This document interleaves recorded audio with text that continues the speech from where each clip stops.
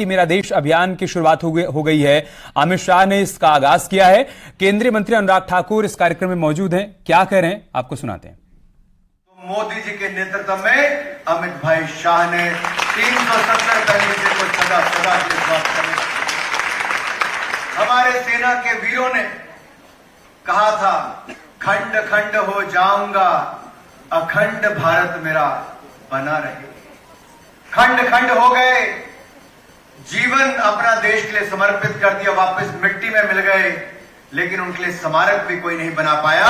सेना के वीरों के लिए अगर देश की राजधानी में समर स्मारक किसी ने बनाया तो नरेंद्र मोदी जी ने बनाने का कार्य किया। पुलिस स्मारक की मैं बात करूं, जिन्होंने अपना अनगिनत उन्होंने अपना योगदान दिया। अगर पुलिस स्मारक भी देश में किसी ने राजधानी में बनाया तो नरेंद्र मोदी जी के नेतृत्व में बना। मित्रों, यही नहीं, परमवीर चक्र विजेता, मैं तो हिमाचल प्रदेश से आता हूं, पहला परमवीर चक्र विजेता भी और 21वां भी हिमाचल प्रदेश से ही हुआ। यानी कि एक छोटा सा राज्य 4 परमवीर चक्र विजेता हुए। किसी ने नहीं सोचा था। एक परिवार के नाम पर बिल्डिंगों के, एयरपोर्ट के, संस्थानों के नाम होते थे, लेकिन परमवीर चक्र विजेताओं को याद नहीं किया जाता था। नरेंद्र मोदी जी ने एक नहीं 21 द्वीपों के नाम परमवीर चक्र विजेताओं के नाम पर रखने का कार्य किया।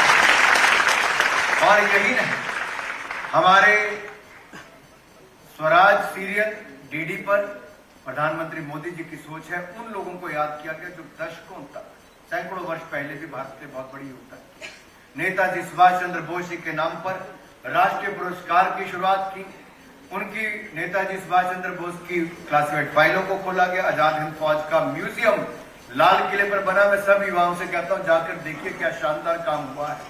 नेताजी की मूर्ति कहीं और नहीं, किंग जॉर्ज पंचम की मूर्ति को हटाकर कर्तव्य पथ का निर्माण किया और नेताजी सुभाष चंद्र बोस की मूर्ति। नेताजी की मूर्ति कहीं और नहीं, किंग जॉर्ज पंचम की मूर्ति को हटाकर कर्तव्य पथ का निर्माण किया और नेताजी सुभाष चंद्र बोस की मूर्ति।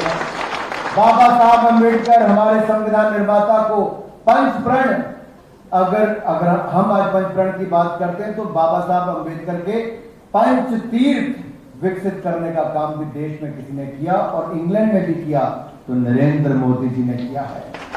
जलियांवाला स्मारक का जिन्होंने उद्धार करवाया तो नरेंद्र मोदी जी ने करवाया। विभाजन का दर्द क्या होता है ये शायद देश याद ना रखता। उस दर्द को भी याद करते हुए भारत विभाजन विभीषिका दिवस मनाने का कार्य 14 अगस्त को किया। एक नहीं अनेक ऐसे कार्य में अनगिनत कह सकता हूं, लेकिन आज हमें माननीय गृह मंत्री जी को सुनना है। मैं इतना ही कहूंगा मित्रों, जो हमने कभी सोचा नहीं था वो भी होने जा रहा है। G20 की अध्यक्षता कोई और नहीं, भारत कर रहा है। और अब से कुछ ही दिनों में देश की राजधानी में दुनिया के सबसे शक्तिशाली देशों के हेड ऑफ स्टेट भी यहां पर आने वाले हैं। हमारी खूबसूरत दिल्ली और देश, हमारी कला संस्कृति, हमारी परंपराएं, इसको जानने का उनको एक अवसर भी मिलेगा। और पद्म अवार्ड की मैं बात करूं, माननीय गृह मंत्री जी, मैं आपका भी धन्यवाद करता हूं, प्रधानमंत्री जी का भी।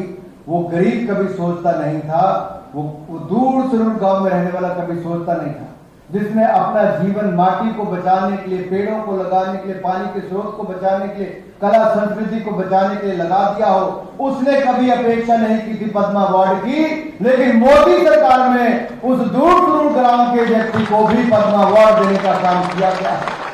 आज हम खेलों के क्षेत्र हो, वहां पर भी तिरंगा लहरा रहे हैं। आज मंगलयान हो या चंद्रयान हो, वहां पर भी भारत सफलता के कदम चल रहा है। ये मिट्टी ना हो तो थोड़े से दाने चावल के डाल दीजिए, अक्षत के डाल दीजिए। पूरे देश भर के हर सांसद, हर विधायक, हर प्रधान, हर जिला परिषद के सदस्य, हर बीडीसी के सदस्य से मैं कहना चाहता हूं, अपने क्षेत्र में टोलियां बनाकर निकलिए, ढोल धमाके के साथ निकलिए, अमृत कलश यात्रा को इतनी धूमधाम से मनाइए कि आजादी के अमृत महोत्सव पर पूरा देश याद करे।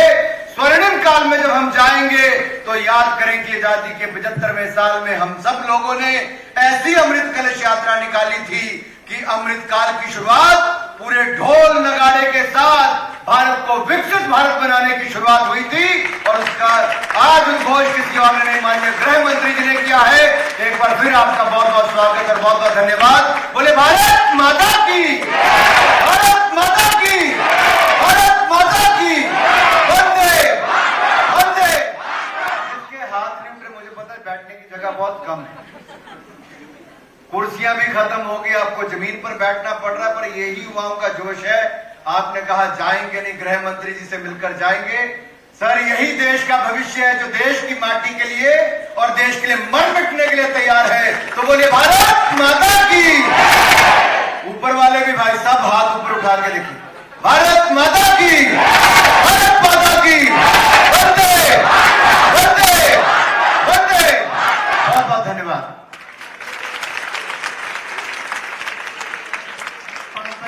माननीय आपका।